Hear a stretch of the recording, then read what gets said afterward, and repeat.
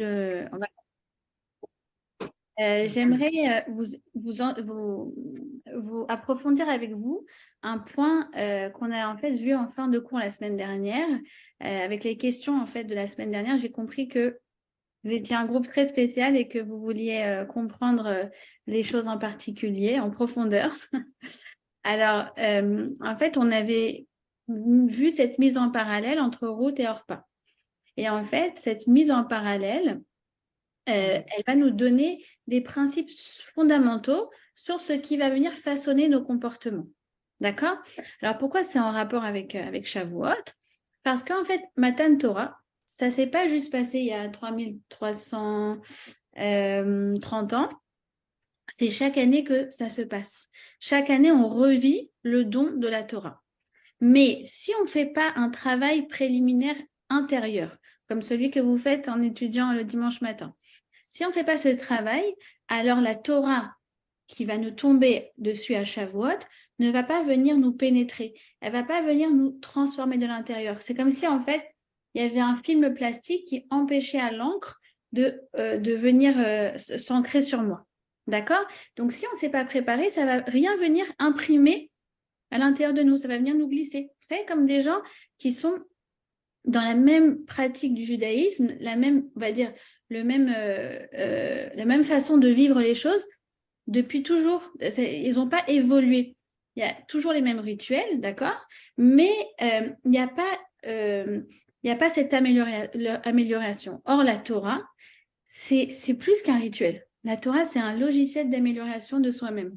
On a la première version, la deuxième version, la troisième version, jusqu'à la version 120, d'accord? Avec 120 ans. Et avec les années, eh bien, le but, c'est que comme le vin, qui avec les années prend de la valeur, prend de l'ampleur, de la même manière, en fait, le but de la Torah, c'est de venir me bonifier. D'accord? Alors, j'aimerais quand même approfondir ce point parce que on a dit jusqu'à maintenant que l'opposition entre Ruth et Orpa, elle se joue à une seconde. En vérité, ce n'est pas exact.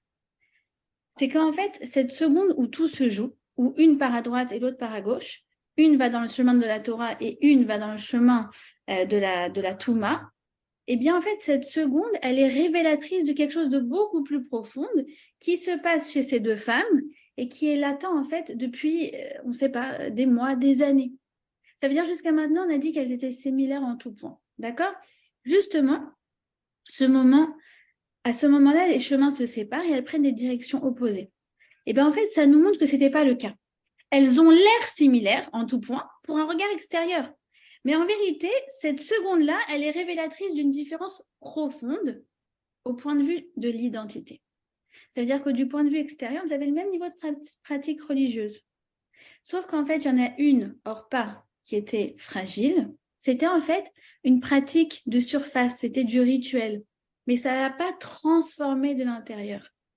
L'autre, c'est un roc. Il peut y avoir toutes les tendances du monde, les modes, les Insta, les TikTok, voilà, je pense à nos ados, que Dieu les bénisse et que Dieu les protège. Elle a une construction de sa personne qui fait que elle est imperméable au gré du vent. Du fait qu'elle est perméable à la Torah, alors elle est imperméable au vent qui pourrait l'agiter. D'accord? Alors, j'aimerais approfondir ce point avec vous parce que c'est un enjeu essentiel de Shavuot et c'est un enjeu essentiel au niveau de l'éducation de nos enfants et de notre propre construction à nous. D'accord? Alors, en fait, on a déjà expliqué dans les cours précédents que le libre arbitre, avant l'acte, avant de faire la mitzvah ou de ne pas la faire, d'accord? Vous vous rappelez, le libre arbitre, c'est pas choisir entre le bien et le mal. Ce serait trop facile. On a expliqué que le libre arbitre, c'est entre choisir et ne pas choisir. Ne pas choisir, c'est quoi? C'est suivre ses tendances naturelles, d'accord? Mais les tendances naturelles, c'est pas la partie la plus raffinée de la personne. D'accord? Une fois, j'ai entendu Rav Ben Jetrit qui disait si quelqu'un il se met en colère et il dit oh, parce que ça m'a mis hors de moi. Alors il dit bah, dans ce cas-là, c'est qui la personne qui a crié? Si toi, tu n'étais pas là, où tu étais? Tu étais aux abonnés absents. Donc le fait que tu t'es mis en mode démissionnaire, c'est là que les pulsions, d'accord, ce qu'on appelle le Yetzirah, a pu crier à ta place. D'accord? Donc, en fait, c'est un thème qui est très connu parmi les maîtres du Moussar et parmi tous nos Chachamim. C'est qu'en fait, il y a deux Yetzer Hara. D'accord?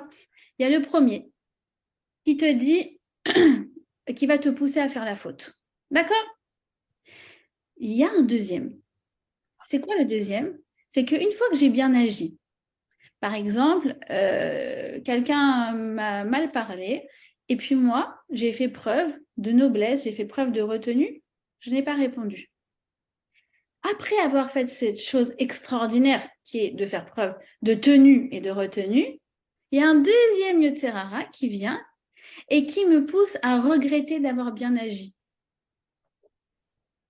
Et donc, et là, je me dis, ouais, de toute façon, j'aurais pas dû me laisser faire, j'aurais dû lui répondre, j'en ai marre, je suis une bonne poire, ça suffit, on va arrêter de se moquer de moi. Et en fait, du coup, je me renforce en fait dans le fait comment dire, je n'adhère pas en fait à mon comportement. D'accord? Ça veut dire qu'en fait, pour tout être humain, il y a des séries de choix qui se présentent chaque jour.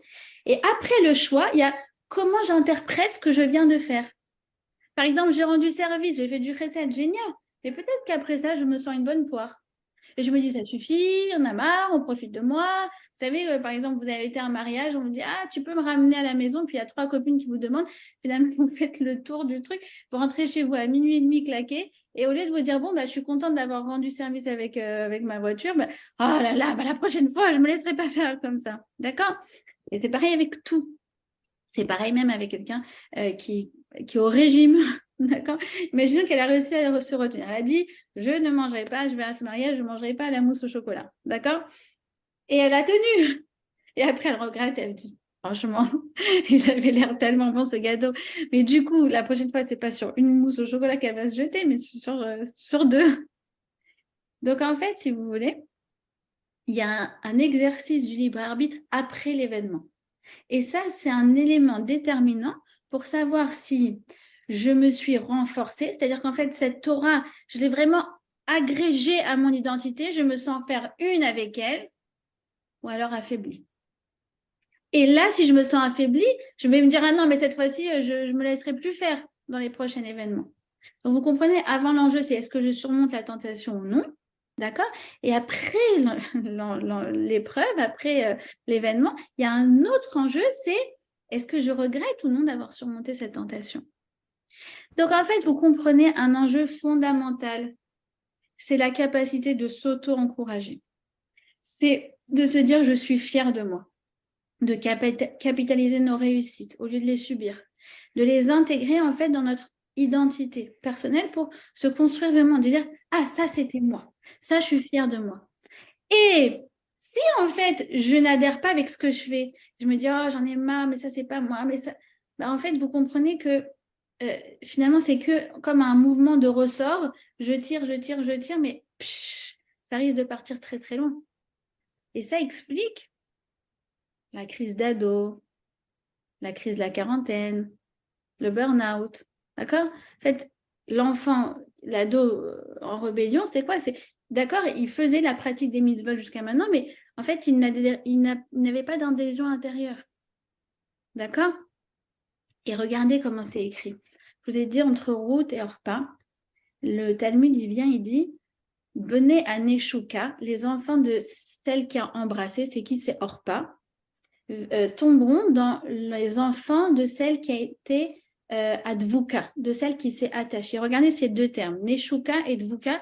En vérité, ça représente exactement ça. C'est quoi Neshika? C'est un bisou, c'est la bise. D'accord? La bise, c'est quelque chose. Vous savez, on peut être très hypocrite en faisant la bise. C'est quelque chose d'extérieur, de surface. La dvekut, ça c'est route. La dvekut, ça vient toujours désigner un attachement émotionnel intérieur. D'accord? Donc, en vérité, cette seconde-là, où tout s'est joué, elle était juste, si vous voulez, on va dire, la goutte d'eau qui a fait déborder le vase, dans un sens ou dans un autre. Ou en fait, il y en a une qui, visiblement, vivait les choses, mais en étant contrainte, bon, bah, c'est comme ça qu'il faut faire. Bah oui, bah, quand on est juif, on fait comme ça. Mais en fait, au fur et à mesure qu'elle faisait, il y avait une distance émotionnelle qui s'intégrait avec ce qu'elle faisait. À l'inverse, on avait Ruth qui était dans la dvécoute. D'accord? Et ça, c'est vraiment l'enjeu de Shavuot. Alors, juste entre parenthèses, qu'on se rassure. C'est quoi le corollaire de ce principe-là? Alors, on a dit on peut regretter une bonne action qu'on a faite. Mais du coup, on peut aussi regretter une mauvaise action qu'on a faite. Comment ça s'appelle? Teshuva? La tchouva. Vous avez compris? Ce principe-là, en positif, son corollaire, c'est la tchouva. OK? Il dit le Rav Yaakovson, en fait, après avoir fait quelque chose, il y a toujours deux sentiments qui vont s'offrir à la personne, soit Otzma, soit Ahmadsa. Otzma, c'est en fait un renforcement. Je suis fière de moi, je suis contente d'aller dans la bonne direction, je suis contente de me renforcer dans le Shabbat, dans la Tzniout, dans le Lashon Hara, dans tout ça. Et en fait, il peut y avoir une autre réaction, c'est « Ah non, mais vraiment, quelle bonne poire je suis, mais la prochaine fois, je ne me retiendrai pas de parler, mais la prochaine fois, je ne me retiendrai pas de manger, mais la prochaine fois, je me... » Vous avez compris? Ça, c'est la Ahmadsa. Alors, dans le négatif, en fait, ça donne qu'on a un éloignement par rapport à notre bon comportement et c'est tellement dommage. Et c'est ça qui explique, en fait, l'effet ressort, mais qu'on voit des années après. Mais ce moment-là, en fait, si vous voulez, c'était juste la face immergée de l'iceberg d'une frustration qui n'a fait que s'accumuler. Bon, mais le corollaire de ce principe-là, Baruch Hashem, un cadeau merveilleux que Hashem nous a fait, c'est la tchouva. D'accord? Vous avez compris? Donc, nous, c'est pareil. Il y avait quelqu'un qui m'avait posé la question la semaine dernière, je pense que c'était Yael, elle avait dit, mais c'est pas juste parce que sûrement que Orpal a été prise de court. Et en fait, j'ai réfléchi à sa question. Et en fait, non. Justement, le fait que ça s'est joué à quelques secondes, ça montre qu'elle n'a pas été prise de court, qu'en fait, c'était tout ce qu'elle avait accumulé qui s'était exprimé à ce moment-là. Et j'avais Sa raconté... vraie personnalité, quoi, qui s'est Ouais, exprimée. exactement. Et je lui avais raconté quelque chose qu'avait dit Sivan Rav Meir au Shiva de Rinadi. Elle avait raconté, elle avait dit, un jour, un jeune homme s'est fait un café et donc il est sorti avec sa tasse de café et sur le chemin du retour, quelqu'un l'a bousculé et le café s'est renversé. Alors elle dit, pourquoi le café s'est renversé de la tasse? Parce qu'en fait, la tasse était pleine de café. S'il y avait eu du thé, ce serait le thé qui se serait renversé sur lui. Alors elle a dit, pareil, elle a dit, parfois la vie nous secoue. Qu'est-ce qui va sortir de ça? Ce dont on a été rempli jusqu'à présent. Ce dont on a été rempli jusqu'à présent sort de nous. Donc, si on a été rempli d'amertume, de ressentiment, de frustration, dans un moment de crise, c'est ça qui va ressortir. Au contraire, si on est rempli de émouna, d'autosatisfaction, de développement personnel, de bons traits de caractère, c'est ça qui va ressortir. Donc, c'est ça qu'on veut à Shavuot. À Shavuot, on veut une Torah qui nous pénètre, qui nous transforme de manière authentique. D'accord? Donc ça, c'est, si vous voulez, la conclusion du chapitre 1. C'était important pour moi je ne sais pas si elle est là, Yael, mais vraiment merci pour sa question parce que ça m'a permis moi-même, en fait, de mieux approfondir ce point-là. D'accord? Alors, on va commencer. J'ai une Oui? question par rapport à ça. Quand tu parles du corollaire c'est Rebecca qui parle, je sais pas la caméra, désolée.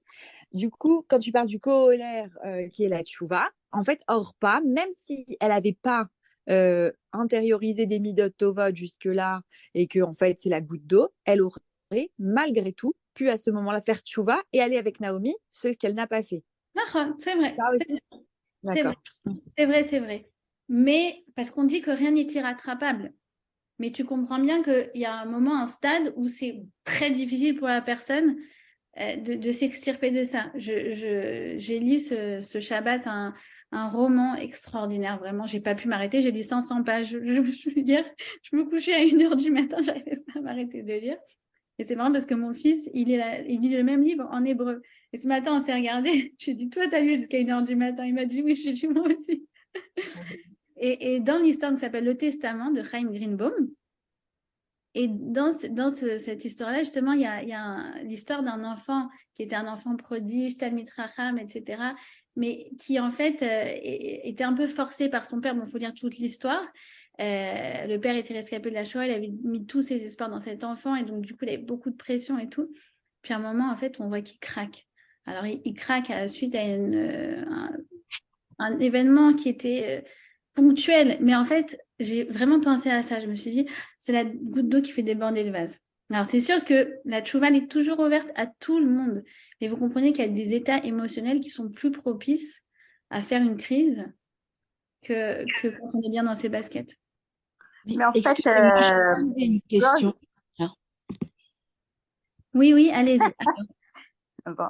Non, je voulais dire, on s'arrête sur ces femmes-là, mais bon, on oublie que Orpah et Ruth, eh bien, quand même, c'est leur origine, leur naturel, ce sont des goyotes. D'accord? Ce sont pas. Et on s'arrête sur Orpah. Orpah, pour moi, elle a fait ce qui est naturel. Elle est retournée chez ses Exactement ce parents. qu'on a dit. C'est ce qu'on a dit la semaine dernière. C'est ce qu'on a dit la semaine dernière. Voilà. Mais Mais moi, cette j'ajoute en à Ruth, parallèle, elle a plusieurs prismes, en fait.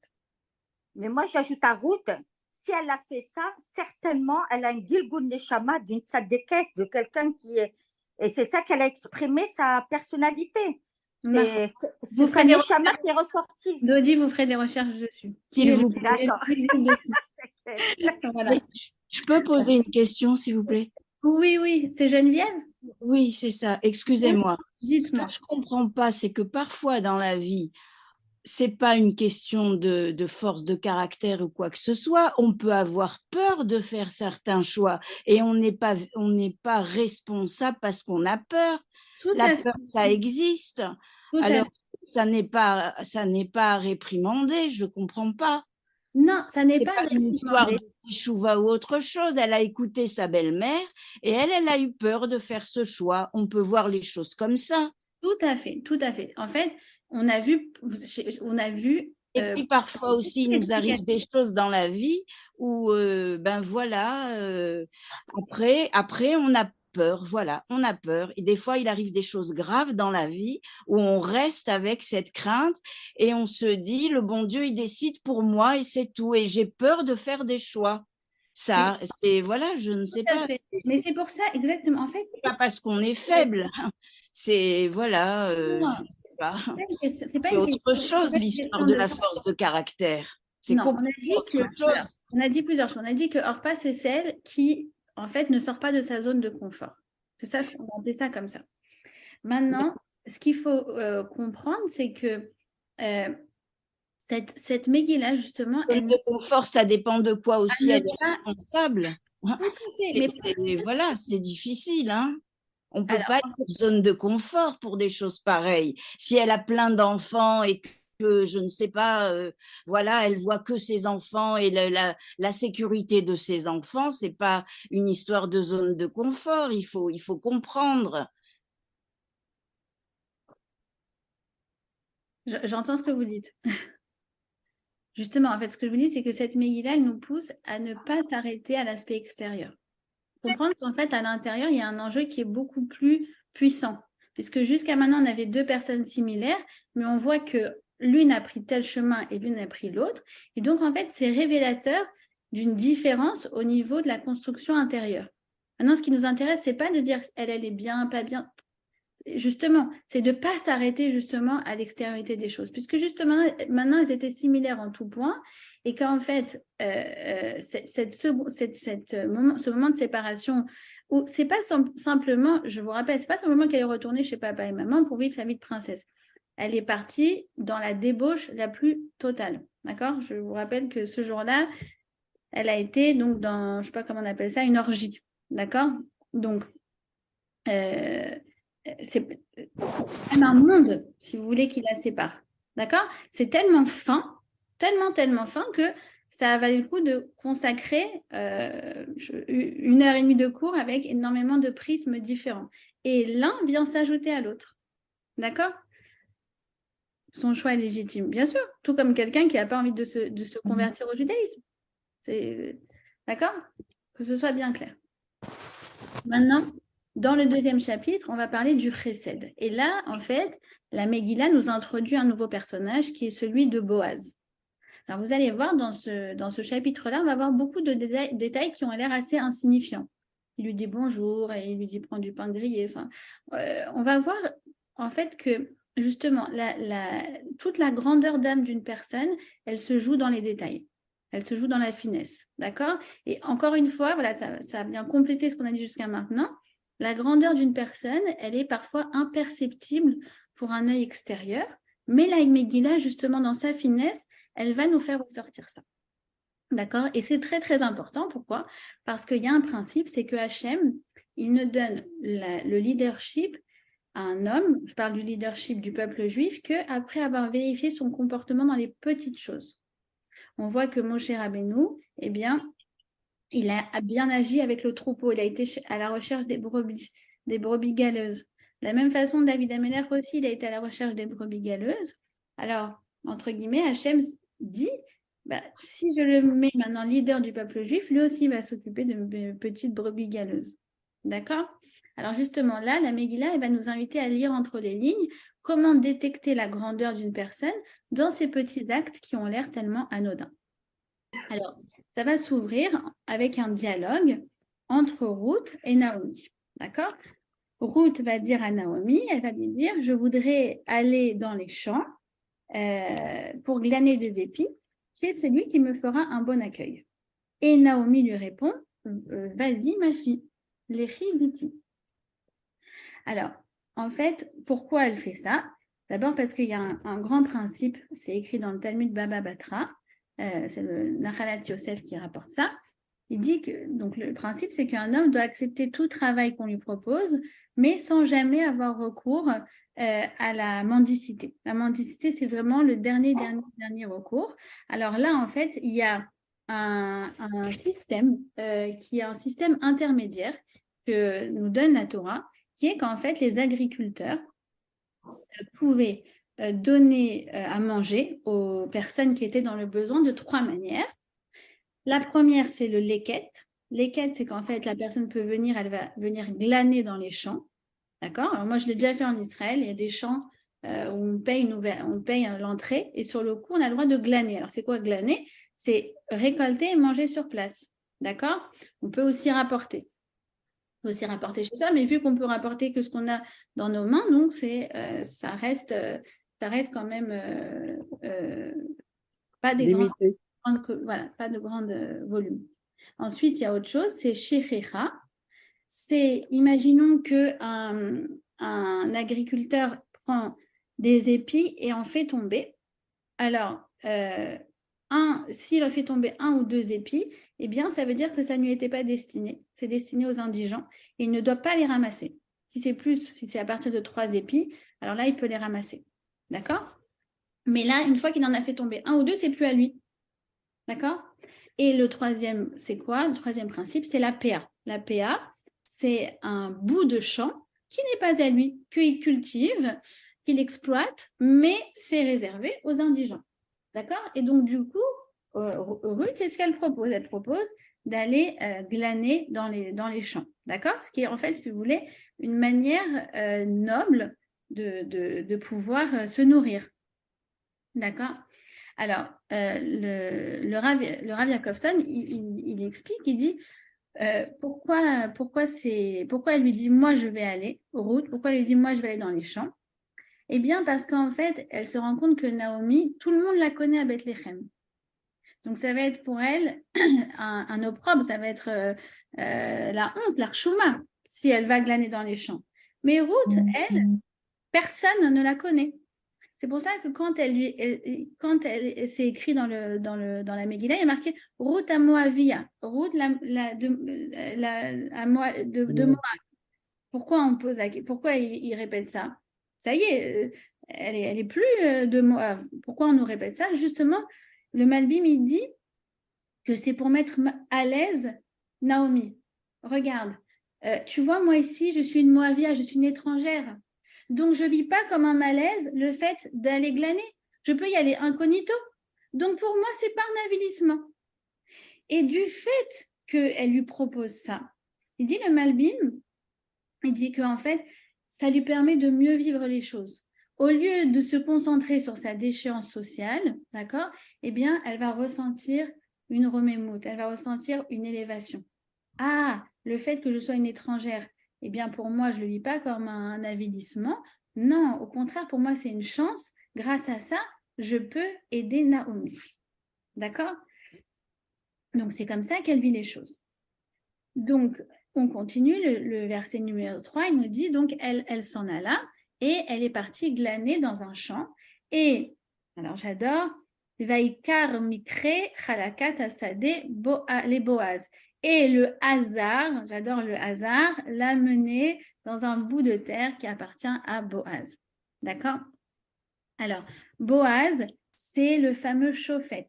D'accord? On avait expliqué que c'est avant les rois, il y avait le Shofet. Eh bien, la Gemara dans Baba Batra dit que Boaz, c'est Itzéphane et donc c'est le Shofet actuel. Alors, Boaz, il est en parenté, il a un lien de parenté avec Naomi. Comment? Je ne sais pas si vous vous souvenez, on avait dit que Naomi descendait de Narshon ben Aminadav. Vous vous souvenez? Alors, elle, c'est la petite fille de... Donc, en fait, si vous voulez, Narshon, il a eu 4 fils. Il a eu Elimelech, donc c'est le défunt mari de Naomi. Ensuite, il a eu Salomon. Salomon, c'est le père de Boaz. Ensuite, il a eu le père de Naomi, d'accord? Et il a eu un 4e que la Megillah appelle Ploni ben Almoni. Ça veut dire l'anonyme, l'inconnu au bataillon. On va expliquer pourquoi. Enfin, elle s'est mariée avec son oncle Non, oui, elle s'est mariée avec son oncle, d'accord? Ah ouais, Et elle est cousine avec Boaz, d'accord? Alors, qui est Boaz? Boaz, c'est un Ishraïl. On n'avait pas encore entendu cette expression. Ishraïl, c'est-à-dire c'est un homme honnête, impartial, et il n'est pas corrompu. Vous vous rappelez qu'à cette époque-là, les juges étaient corrompus, mais Boaz, non, c'était un tzaddik. Comment on sait que c'est un tzaddik? Parce qu'il y a des clés de lecture dans ce qu'on appelle le Mikra, dans le Nar, dans la Bible, que quand on dit ou Shmo Boaz, quand on met d'abord et son nom est Boaz, ça veut dire que c'est un tzaddik. Quand on dit Ve Goliath Shemo, et Goliath c'est son nom, ça veut dire que c'est un rachat. Pourquoi? Parce qu'en fait, le Chachamim nous dit, quand on dit Shmo Boaz, c'est qu'en fait, d'abord, ce qui est important, c'est son shem, c'est-à-dire son shem, son essence, son action, son comportement, son vécu. Et ensuite, on donne son vrai nom. Ça veut dire que ce qui est important pour lui, c'est ses actions dans le monde. Ce n'est pas sa réputation, ce n'est pas ce que les gens vont dire de lui. D'accord? Donc, c'est juste un petit truc comme ça. Et donc, de là, on apprend que donc, Boaz, c'était un Ishraïl, donc c'était un homme intègre, voilà, c'est ça le mot, et un tzaddik. Et le fameux Mikré, qui l'amène dans les champs, alors, on avait déjà vu un peu ça avec la Megillat Esther, bien sûr, c'est quoi? Mikré, vous vous rappelez? Rak me Hachem. C'est quand la Hashgacha, la providence, elle intervient donc dans la vie de Ruth. OK? Alors, il va venir et il va dire aux moissonneurs, il va leur dire, Vayomer la Kotzim, Hachem imachem. Et eux, ils vont répondre, Yevarechecha Hachem. Alors, il faut savoir que déjà, ce passouk, il est très étonnant. D'abord, premièrement, parce que Boaz, il vient dans ses champs. C'est bizarre qu'il vienne dans les champs. C'est comme si je vous disais que Bill Gates, il allait dans son usine en Corée et qu'il était avec les ouvriers. Alors, parce qu'en fait, Boaz, il a la grandeur, il a aussi la simplicité. Il est sorti du Sanhédrin, là où il siégeait, et il vient pour rendre visite à ses ouvriers. Et il est capable, en fait, d'aller avec les gens importants, on va dire, tout comme avec les gens simples. OK? Et il leur dit Hachem imachem. Vous savez, maintenant, c'est quelque chose qui est courant de se dire ça, Hachem imachem. Eh bien, là, en fait, nos sages nous disent que c'est la première fois qu'on salue quelqu'un en mettant dedans le nom de Dieu. Alors, il faut comprendre qu'on ne dit pas juste là, ils se sont dit bonjour, on touche à quelque chose de fondamental, justement par rapport à la réparation de tout ce qu'on a expliqué pendant cette période des Shoftim. En fait, il leur dit que quand on dit bonjour à quelqu'un, c'est bien de citer le nom de Dieu. Et à l'époque, c'est un chidouche, c'est une nouveauté, c'est une innovation absolue. Avant, on disait pas shalom. Shalom, c'est que c'est un nom de Dieu. Alors pourquoi? Parce qu'avant, on pensait que ce n'était pas respectueux de faire descendre Hachem au niveau basique de personnes qui se disent bonjour. Et là, en fait, il y a un enjeu très, très profond qui est non. Quand tu fais ça, tu ne réduis pas le kavod de Dieu, mais au contraire, tu augmentes le cavod de l'homme. D'accord? C'est un grand, grand, grand principe qu'on retrouve dans le Midrash Tanhuma, sur lequel se base tout, en l'occurrence le mouvement Lubavitch, Ikar Shrina Batartonim. L'important de la présence divine, elle est justement dans les mondes inférieurs. Et ça, c'est un grand rapport avec Shavuot. C'est un très, très grand rapport avec Shavuot. Pourquoi? Parce que je vous avais dit la semaine dernière comment, quand Moshe Rabbeinu il est monté sur le Har Sinaï et il a été le 6 Sivan pour recevoir la Torah. Alors, il n'a pas été reçu de manière très, très aimable par les anges. On a dit que les anges, ils allaient le brûler avec leur langue de feu. Ils se sont opposés à ce que Moshe reçoive la Torah. Ils disaient, mais comment on peut faire descendre quelque chose d'aussi kadosh, d'aussi haut, d'aussi élevé dans un monde si bas? C'est une offense pour la Torah. Et Moshe, justement, dans le dialogue qu'on avait expliqué la semaine dernière, il leur dit, mais non, justement, c'est à travers la descente dans ce monde qu'on va rajouter du kavod à la Torah et qu'on va rajouter du kavod à Kadosh Baruch Hu. Parce que jusqu'à maintenant, Hachem, il régnait dans les mondes supérieurs, dans le monde spirituel. Mais là, avec la Torah, il va régner même dans les couches les plus matérielles de ce monde. Donc nous, au contraire, on n'agrandit pas Hachem, au contraire, on agrandit son nom. Et par ce biais-là, on agrandit l'homme. D'accord? Hachem imachem. Ce n'est pas juste un souhait, c'est une affirmation. Hachem, il est avec vous, il est avec toi dans chaque action. Tu te rends compte que tu portes le Tselem Elohim quand tu travailles, quand tu es à la maison, quand tu pars en vacances. On a toujours le Tselem Elohim avec nous. D'accord? Et ça, c'est une grande réparation et ça va nous introduire vers le chesed. C'est que là, Boaz, il introduit quelque chose de nouveau qui est que tout individu a de la valeur. Tout individu a de la valeur. Il n'y a pas de gens plus ou moins importants. Et justement, c'est là qu'on va avoir comment dire, il va instaurer en fait cette idée de faire du chesed. L'idée de faire du chesed, en fait, c'est de se tourner vers le tselem Elohim de tout un chacun. L'image divine que renferme tout un chacun. D'accord? Et alors là, il y a mon verset préféré, je crois, de tout le Nar, sur lequel j'aurais pu faire un cours entier. Parce que j'adore. Boaz, il demande, il voit Ruth, et qu'est-ce qu'il dit? Il dit les mi-anar azot. Les mi-anar azot. C'est qui cette jeune fille? Alors là, on se demande pourquoi il la repère. Qu'est-ce qui se passe? Pourquoi il la remarque? Parce qu'il remarque qu'elle est fondamentalement différente de toutes les glaneuses.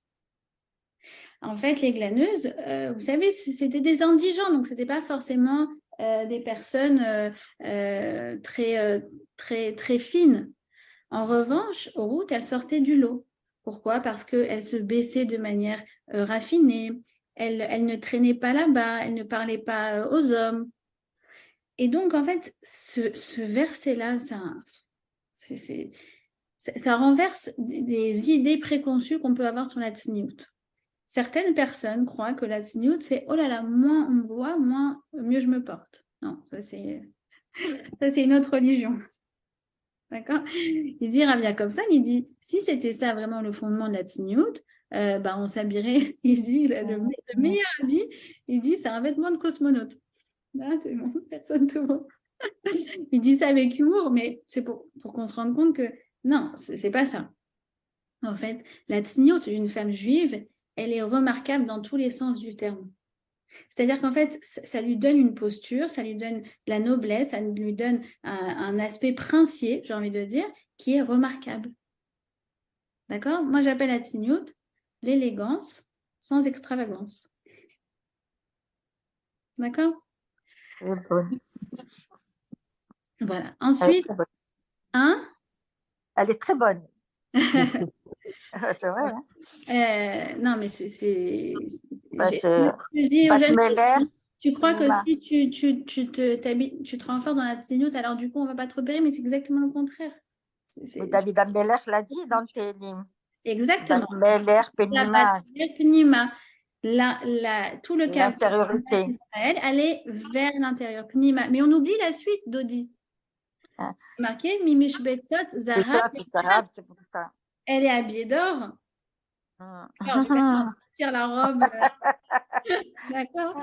Mais la suite du verset, on ne peut pas la détacher du premier verset. Elle Non. est bien habillée, elle est princière. D'accord. D'ailleurs, moi, je trouve ça top qu'on prenne comme effigie, j'oublie toujours son nom là,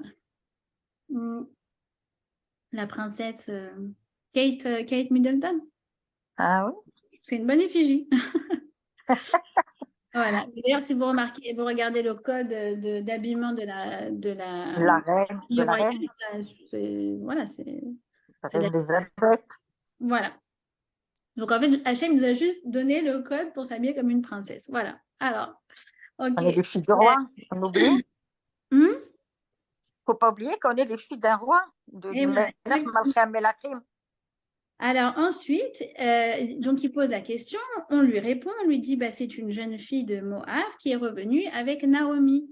D'accord. Et Boaz vient la voir. Il vient la voir, il lui dit ne va pas glaner dans un autre champ, ne t'éloigne pas d'ici. Alors, en fait, en gros, il lui dit au moins ici, tu vas être, je vois que tu es une femme raffinée, tu es une femme fine, alors ici, tu seras en protection. Personne ne viendra t'importuner et je veillerai personnellement à ça. D'accord ? Alors, il y a un midrash très émouvant qui va... donc, il va y avoir un échange entre eux, il va lui dire, ne glane pas ailleurs, il va lui dire reste attaché à mon champ. Et en fait, le midrash, il y a un midrash très émouvant qui commande ça de manière allusive. Elle dit reste attaché à ton champ. C'est qui le maître du champ par excellence? Le Baal Hassadé, c'est Hachem. En gros, il dit reste attaché à Hachem. Le Baal Hassadé, le maître du champ, le maître du monde, ne t'a pas oublié. N'oublie pas, tu es une fille de roi qui est en train de glaner. Même si tu crois que tu n'as plus rien, même si tu crois que tu es dans la déchéance la plus totale, sache que le maître du monde veille sur toi. Il ne t'a pas oublié. Et c'est qui les Néharot, les jeunes filles avec qui elle doit rester? Le Midrash nous dit, il s'agit des Midrashim, il s'agit de l'étude de la Torah, il s'agit des histoires de tzadikim. D'accord? En fait, il lui dit, accroche-toi à la Torah. D'accord? Ça veut dire que, justement, par rapport à ce que vous disiez, Geneviève, c'est que, eh bien, chacun a un champ différent, chacun a son rôle, chacun a son mission, et il ne faut pas se comparer. Il ne faut pas se comparer, il ne faut pas juger l'extérieur. Mais il faut prendre son temps et rester accroché à Hachem et rester accroché à sa Torah et avoir conscience qu'il est là, qu'il nous aime et qu'il nous protège. D'accord? Alors là, elle va se montrer extrêmement reconnaissante. C'est marqué Vatipol Alpanea. Elle va se jeter la face contre terre. C'est une manière dans la Bible, on retrouve très souvent ce terme de faire preuve d'une immense reconnaissance. Et elle lui dit, mais moi je suis une étrangère. Elle lui dit, Ve'anochi nochria. Et lui dit, non, non, non, non, non. Il va la rectifier en lui disant non, tu es une juive, tu t'es convertie, ne ressasse pas le passé, ne te sens pas inférieure du fait de ta conversion, grâce Shalom, c'est ton parcours de vie. Et elle comprend en fait qu'il la considère au bon endroit. D'accord? Ça a l'air d'être un dialogue un peu banal, mais en fait il parle en message codé. Il va lui dire, on m'a fidèlement rapporté tout ce que tu as fait tout ce que tu as fait pour ta belle-mère. Tu as quitté ton père, ton pays natal. Ça vous fait penser à qui ça? Ça vous fait penser à Abraham. Il a fait Abraham, exactement. Ensuite, elle a tout quitté pour... donc ça, c'est Abraham. Ensuite, tu as quitté le palais. Ça fait penser à qui? À mon cher Rabbeinu, qui a quitté le palais de Pharaon pour rejoindre le peuple juif. Et il lui dit, Chas Beshalom, atlo en at minha imaot, atlo min hamaot, et la mina imaot. Il lui dit, ça c'est le Midrash qui interprète, il dit, ah non, non, mais tu n'es pas une ama. une ama, c'est une servante, tu es une ima. Tu es au niveau de nos matriarches. Tu es au niveau d'une femme qui va engendrer quelque chose de grand. Et on retrouve le même comportement de Boaz, qui considère que comment il habite, a de la valeur. Joy. Quoi? C'est dingue comment Boaz, en un instant, il a vite analysé le... Parce qu'en fait, on lui a dit qu'elle a suivi Naomi, lui, il a tout de suite compris, mais c'est une grande personne d'avoir... Ah, d'accord, donc il a déjà entendu, quoi. Non, il l'a mis à Naharazot, et on lui a rapporté c'était qui? On lui a rapporté que c'était une jeune fille de Moab qui avait quitté Moab, qui était une princesse, et qui a quitté pour être avec sa mère en Eretz Israël. D'accord? Voilà.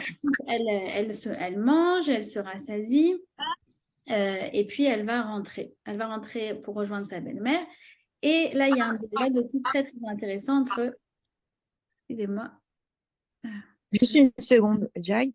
Il y a sur le chat Cathy qui a posé la question, c'est une bonne question, du fait qu'elle est glanée selon les lois de la Torah. C'est-à-dire qu'elle avait quand même un certain niveau. C'est-à-dire du coup, elle a été quand même Israël à ce moment-là ou pas? Oui, bien sûr, ça y est, on a expliqué ça. C'était dans le cours de la semaine dernière ou la semaine d'avant. Quand elle a dit où tu iras gérer, etc., c'est là que se passe véritablement la conversion de Naomi. D'accord? Alors justement, là... Mais quand elle dit je suis étrangère, quand elle dit à Noria. Parce que elle, c'est ça qui est joli. Et c'est ça que vraiment, moi, je tire mon chapeau bas à toutes les converties, que Dieu les bénisse.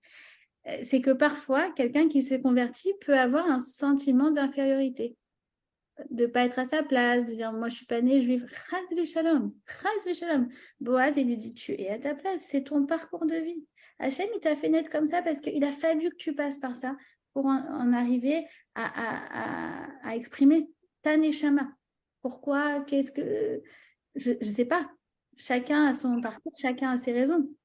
Mais à aucun moment que Dieu préserve, que Dieu préserve, que Dieu préserve, il y a une quelconque infériorité. Au contraire, qu'est-ce qu'on dit dans la Hamida tous les matins? Tous les juifs de naissance et autres, on dit quoi? On dit Veten Chelkenu, on dit associe-nous au Ger Tzedek. On dit associe-nous à ceux qui étudient la Torah et au Ger Tzedek. D'accord? Donc, au contraire, ils viennent apporter un mérite extraordinaire au peuple juif. Et c'est ça qui vient rectifier. D'accord? Et c'est Boaz avec on a expliqué, ce regard bienveillant, ce fait dans une élévation de l'être humain, etc. C'est ça, toute cette nouveauté qui vient apporter.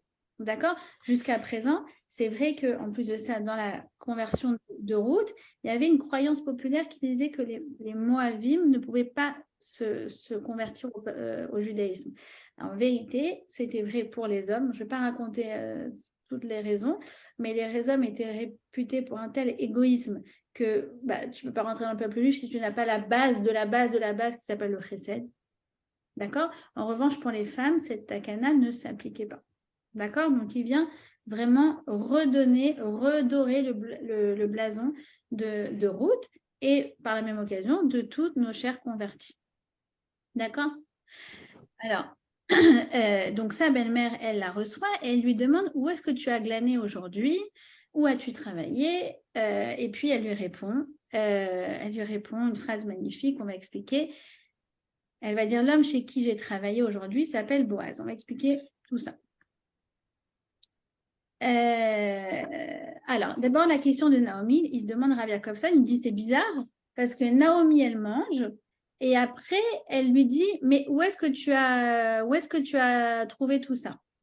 Alors justement, Naomi, à ce moment-là, elle se dit, peut-être qu'elle s'est trompée dans les halachot, peut-être que justement, elle a glané trop. Elle a comme un petit doute, mais elle va poser la question après avoir mangé. Pourquoi? Parce qu'en fait, elle veut lui montrer, regarde, je te fais confiance, mais... explique-moi après comment ça se fait que tu as réussi à glaner autant. D'accord?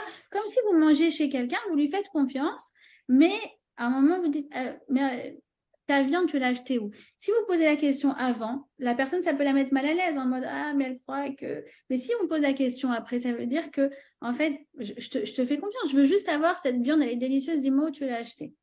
Alors, il dit à Yakovson, il dit cette différence-là, elle est subtile, mais elle est énorme. Elle est énorme parce qu'en fait, de savoir parler. C'est pas seulement quoi dire, comment le dire. Vous savez, il y a plein de cours maintenant, comment on met les formes, etc. Mais quand le dire. Elle veut lui montrer, regarde, je te fais confiance à 100%. Et si je te demande après, c'est bien la preuve que je te fais confiance. Mais je veux quand même la réponse. Il dit, Rabbi Jacobson, la forme, elle est aussi importante que le fond, si ce n'est plus. D'accord? C'est écrit Gadol amalbin shinaim lechavero yoter mimashko chalav. Il est plus grand celui qui fait un sourire à son ami que celui qui lui sert un verre de lait. D'accord? Alors, le jeu de mots, c'est par rapport à la blancheur des dents et la blancheur du lait. Alors, le Midrash explique pourquoi. Pardon, je crois que c'est la Gemara qui explique pourquoi. C'est parce qu'en fait, le sourire d'une personne, il reste, il y a marqué Chakour Belibo. Il est ancré pour l'éternité. Chaque sourire qu'on nous fait, il reste gravé éternellement. Même si on ne s'en souvient pas, ça reste dans notre inconscient. D'où l'importance, quand on a des bébés, des nourrissons, de jouer avec eux, de leur faire des papouilles et des guilis, et de rigoler, ouais, tout ça. Je dis bon, mais de toute façon, il ne va pas s'en souvenir. Bien sûr qu'il s'en souvient. C'est ça qui est en train de créer toute la base de son éveil. Alors, en fait, évidemment que l'idéal, c'est de donner ensemble. C'est toujours le matériel et l'affectif. D'accord? Quand on nourrit un enfant, par exemple, alors on lui donne du lait, pour le coup, et puis on lui donne de l'affection. Et donc ça, en fait, si vous voulez, c'est essentiel. D'accord? C'est pour ça que, donc, vous avez compris la forme avec laquelle on parle, c'est une forme de chesed. De mettre les formes, c'est un chesed. Je m'explique. De dire un simple « ah bon », ça peut être un chesed. Je m'explique. Une fois, voilà, mon fils, il me dit, je sais pas, il y a quelques jours, « Maman, tu sais que le frère de Bibi Netanyahou, il est mort dans l'opération Entebbe ?»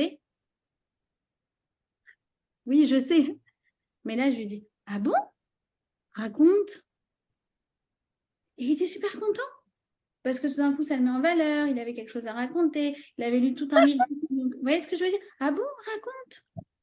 Alors que j'aurais pu lui dire, il y a une expression en hébreu qui c'est Boker Tov Eliaou. Boker Tov Eliaou, c'est quand tu dis quelque chose, oh, tu sais pas quoi, mais en fait, tout le monde le sait. Là, tu dis Boker Tov Eliaou, genre, tu te prends pour Eliaou Navi, alors que tout le monde le sait. C'est pas très sympa de dire ça. Là, si tu dis, j'ai pas menti, je dis, ah bon, raconte.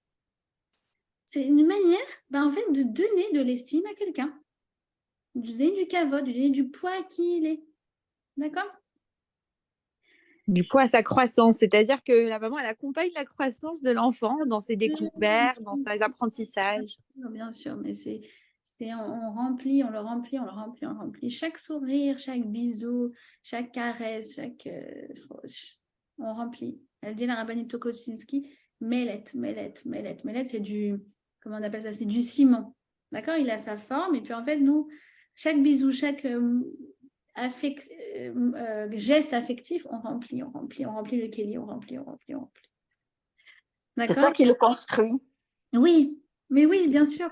En fait, tous les bisous qu'un adulte qu'il a reçus dans l'enfance, il ne s'en souvient pas, mais parce que c'est directement dans le software.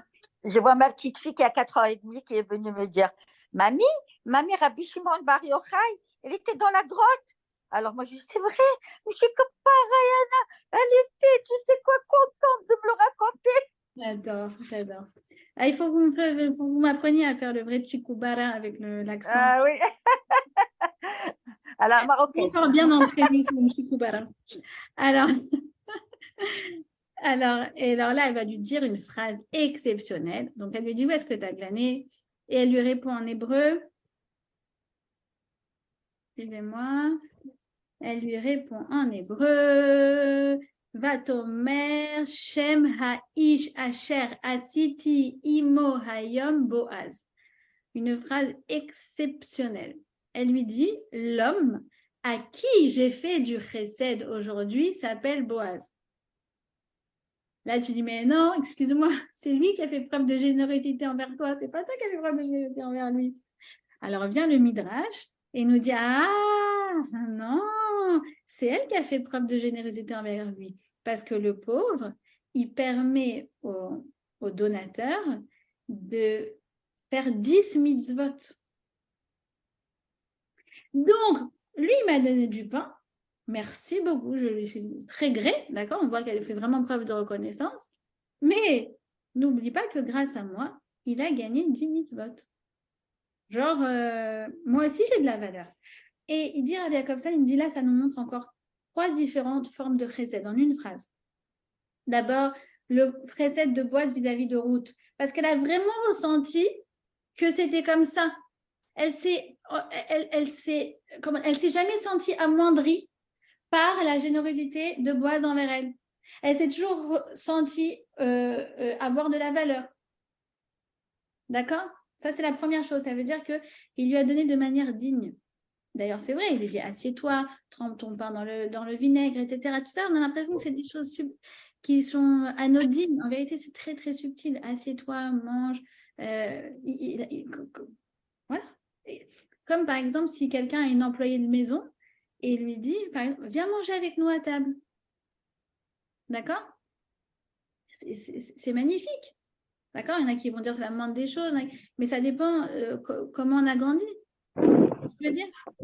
Ensuite, ça montre le de Boaz vis-à-vis de l'autre. Attendez, je coupe les micros. Viens ici. Ensuite, on a de Ruth vis-à-vis de Naomi. Parce qu'en fait, quand elle fait ça, regardez, qu'est-ce qu'elle fait? Du coup, elle met Ruth, elle met à l'aise Naomi. Genre, tu vois, c'était pas si difficile. Moi, je me suis pas sentie mal à l'aise. Et grâce à toi, j'ai fait faire une mitzvah à quelqu'un. J'ai fait faire une mitzvah à Boaz. Et la troisième part de Chesed, on va l'expliquer maintenant. En fait, du coup, Naomi a l'impression qu'elle rend service à Ruth. C'est assez incroyable. Alors, en fait, pour ça, je vais expliquer quelque chose de très, très essentiel par rapport au Chesed.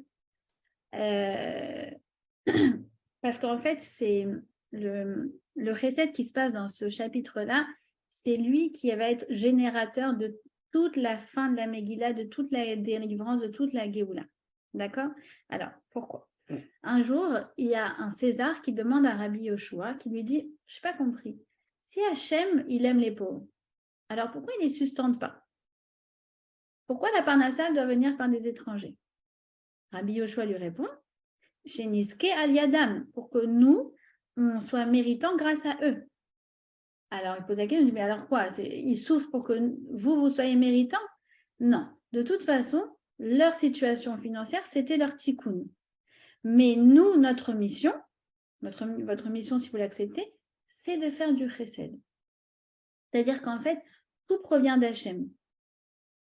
Et cette personne-là, à qui on donne de l'argent, à qui on donne à manger, à qui on donne un toit, à qui on rend un service, de toute façon, elle devait le recevoir, mais Hachem nous a choisis comme missionnaires, comme chaliar, pour pouvoir faire du chesed de manière à nous donner des mérites. Donc, en fait, Joy... Attends, 2 secondes, Dodi, 2 secondes. Donc, ouais, vas-y. c'est là que c'est fondamental. Ça veut dire qu'en fait, la personne qui accepte de recevoir est créatrice de chesed au même titre que celui qui donne. Parce que si tout le monde était du côté donneur, personne ne pourrait se recevoir. Et donc, il n'y aurait pas de chesed. Donc, même celui qui reçoit fait du chesed. Et il explique qu'en fait, il y a quelque chose qui est très, très, très, très profond et extrêmement puissant. Il dit c'est une puissance infinie.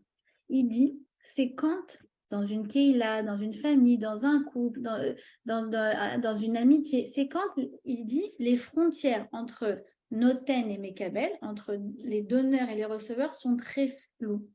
Il donne un exemple. Il dit par exemple un enfant, il rapporte un dessin à sa mère, un enfant de 4 ans avec un gribouillage. Et elle le reçoit, elle dit « Ah, merci, comme c'est beau !» Alors lui, il lui donne, mais elle, en lui disant merci, en l'accrochant sur le frigo, elle lui donne beaucoup plus en fait. Exactement comme ce que je vous dis tout à l'heure avec le fameux « Ah bon !» je vais te raconter l'histoire de Jonathan Netanyahou dans l'opération Entebbe. En fait, lui, il croit qu'il me donne, mais vraiment, parce que ça m'intéressait vraiment. Je ne connaissais pas tous les détails. Mais en plus de ça, moi, je lui donne l'occasion d'avoir de la confiance en soi, d'avoir de l'estime de soi. D'accord? On t'offre un truc qui te... Voilà, ça te plaît. Et là, tu montres à quel point ça te réjouit. Waouh, c'est exactement ce qui me manquait. C'est incroyable, c'est trop bien, c'est trop beau. Donc, toi, tu donnes aussi. Et il dit, ce recette-là, c'est comme un effet miroir où en fait, il y a un mouvement de donneur-receveur, donneur-receveur, donneur-receveur qui se répète à l'infini. Et donc, les répercussions sont infinies. C'est pour ça que ce recette-là, il est créateur d'une géoula, d'une délivrance qui est infinie. Et il dit, ça, c'est attirer la shrina. Ça vient attirer la présence divine dans un couple, dans une maison, dans une famille, dans une communauté, dans le peuple juif tout entier. Quand les frontières entre donneur et receveur deviennent floues. Il dit, c'est un chibour, c'est un lien qui va, en fait, c'est comme des canaux concrets qui viennent faire descendre la shrina et la bracha. C'est qui que tu cites? C'est Rav Yakovson. En vérité, le chesed, moi, je fais un séminaire sur les midot. Donc, c'est un séminaire sur le Orchot Tzadikim, donc c'est les midot. Le chesed, je sais que ça va me prendre un mois. Tellement c'est fin, tellement c'est puissant, tellement c'est beau, tellement il y a des milliers de choses à dire. D'accord? Le chesed, il faut que vous compreniez, c'est une invention purement juive. C'est l'invention de Avraham Avinu. Avant, il y avait la tzedaka. D'accord? Mais quoi? On avait déjà dit la tzedaka, c'était combler le manque de quelqu'un. Tu vois quelqu'un qui a besoin d'un dépannage, tu viens. Un pauvre ou par exemple, on reçoit un lien, vous savez, pour une campagne, et on donne. J'attends que le monde fonctionne normalement, mais s'il y a un manque, on peut compter sur moi. D'accord? Ça, c'est quelque chose de merveilleux au niveau de l'humanité. Mais Avraham Avinu, il a inventé autre chose. C'est un degré bien au-dessus, ça s'appelle le chesed. Le chesed, ça ne vient pas d'un sentiment de pitié, ça ne vient pas de simplement rechercher un manque, c'est une volonté de faire du bien.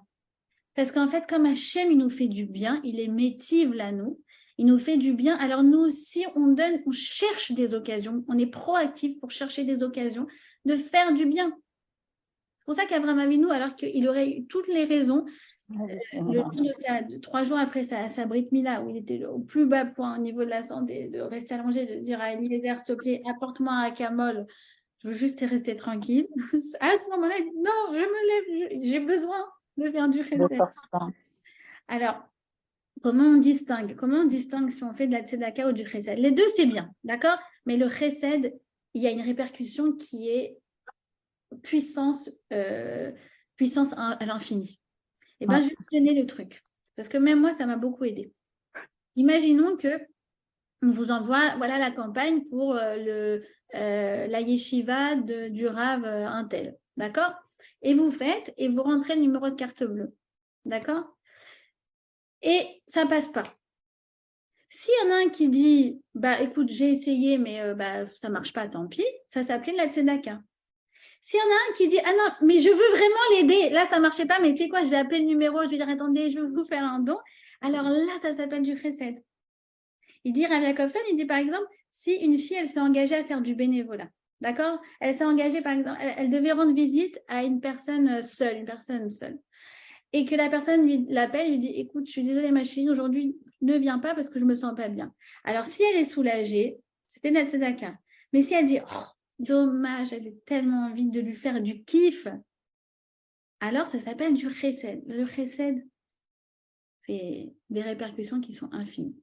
Et il dit le Rav Hutner, il dit que si on devait faire une bracha avant de faire du chesed, on dirait Baruch ata Hashem, asher kideshanu b'mitzvotav v'tzivanu la'asot chesed, donc de faire du chesed. Et il dit, qu'est-ce qu'on dit à la Brit Mila? L'achnis bebrito shel Avraham Avinu. Eh bien, on devrait faire ça comme bracha. Tu nous fais rentrer dans quelque chose de nouveau dans le monde. Une dimension que Abraham il a créée. C'est en fait de créer un canal de bonté à chaque fois qu'on fait du chesed. Ou bien que nous-mêmes, on reçoit du chesed. C'est la même chose. C'est la même chose, c'est ça qu'elle est en train de dire, Ruth. À chaque fois que l'on fait ça, on est créateur d'un canal de bonté, d'une nouvelle entité spirituelle nouvelle qui s'appelle Chesed et qui vient faire descendre la Shrina dans le monde avec toute la bracha et avec toute la Gdusha et avec toute la Géoula. D'accord? Donc voilà, ça c'est le chapitre 2. On voit que derrière tous ces petits actes, en fait, on découvre la grandeur de l'homme qui en fait, va donner naissance au Mashiach. Et ça sera le chapitre de la semaine prochaine. Alors, quels sont vos